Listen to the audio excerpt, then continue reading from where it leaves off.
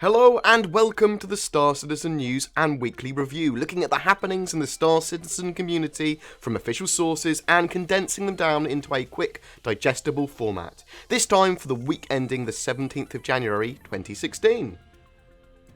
This week's headline, Star Citizen Alpha 2.1 is now live. The 2.1 patch adds hangar-ready Saber and both flyable Freelancer base models and Vanguard Warden. The patch also improves a variety of performance issues, fixes many a bug, and there are other additions too. Teknoaxe now has a proper dynamic mission associated with it, and there's a new Size 4 Apocalypse Arms Revenant ballistic Gatling gun that is attachable to Hornet, Cutlass, and obviously the Vanguard's nose. If you've got a variant of one of those ships, for example a Vanguard Sentinel or Harbinger, then you will get a loaner ship. You'll get a Vanguard Warden for use in-game until your ship is ready. These ships won't appear in the hangar, they will only be summonable from Port Olisar or usable in Arena Commander. The next P2U patch will be 2.2, and we might even get it before the end of January. Notes from the verse, this is a few other little headlines that you might like. The January subscriber flare is now available. It's a historic replica suit of the UEE armour from the Puglisi set. It's not wearable, it's just flare.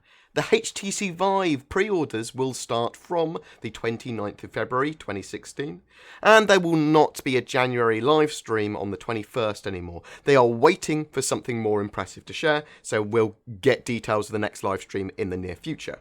Now, let's take a closer look at this week's news in the weekly review, where we give you notes from shows like 10 for the Developers, Around the Verse, and Reverse the Verse. We learned quite a few things in 10 for the Developers, episode 2.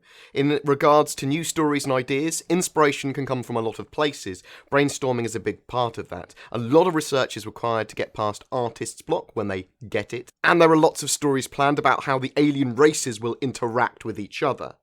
In regards to being a battlefield medic and having ID and armour visible, medics will have small ID marks on their patches or placed around their bodies possibly. Shipwise, they'll have some way of IDing players as medics or non-combatants, even if it's just applying a simple texture to a ship. Armour will be modular though, so you can customise it for whatever you want, whatever role you want at the time you're doing something. So if you want to be a battlefield medic, you can, and you'd pick armour appropriate to that. In regards to community fiction and writing, they love all of that community fiction and writing. In fact, it helps inspire them for their jobs. In the future, they would like to find a way for people to easily submit ideas for consideration into the Star Citizen universe.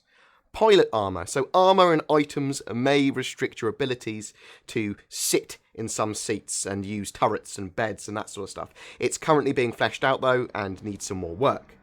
Citizenship after Squadron 42. So clothes-wise, citizens will wear the same clothes as anyone else, or at least have the same choices. Citizenship doesn't denote class in regards to power armour, but our armour isn't going to be top-tier armour like in World of Warcraft or another MMO.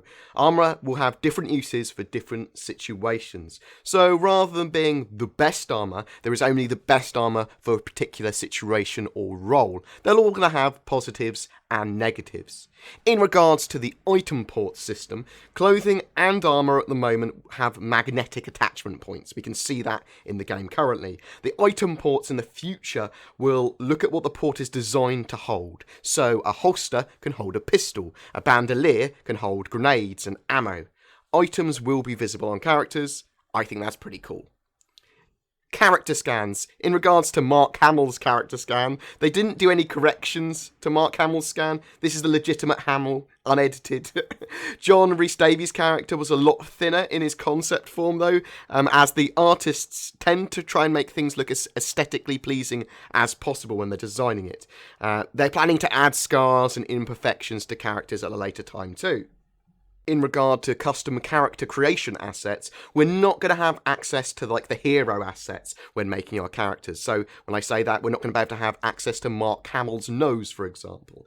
There are lots of other pre-made assets and scans and tools and things you can use. So if you did want to look like Mark Hamill, you would have to kind of Frankenstein yourself a Mark Hamill look and then sculpt it yourself. So there are ways to do what you want. We just won't have access directly to some of the main characters' looks off the bat.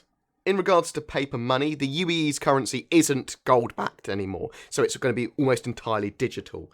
Outback worlds, further from the core, are more likely to use physical currency than other places, so we might see it there. In Around the Verse Season 2, Episode 14, we learned what some of the studios were doing. The Los Angeles studios currently has a high priority on getting the Constellation's performance issues under control. There's quite high frame drops around the Constellation at some times, especially when it's taking damage. Fixing ships like the Retaliator not taking off after getting repaired is another one of their high priority issues that they're fixing, and they're making the components more efficient and work better with some features.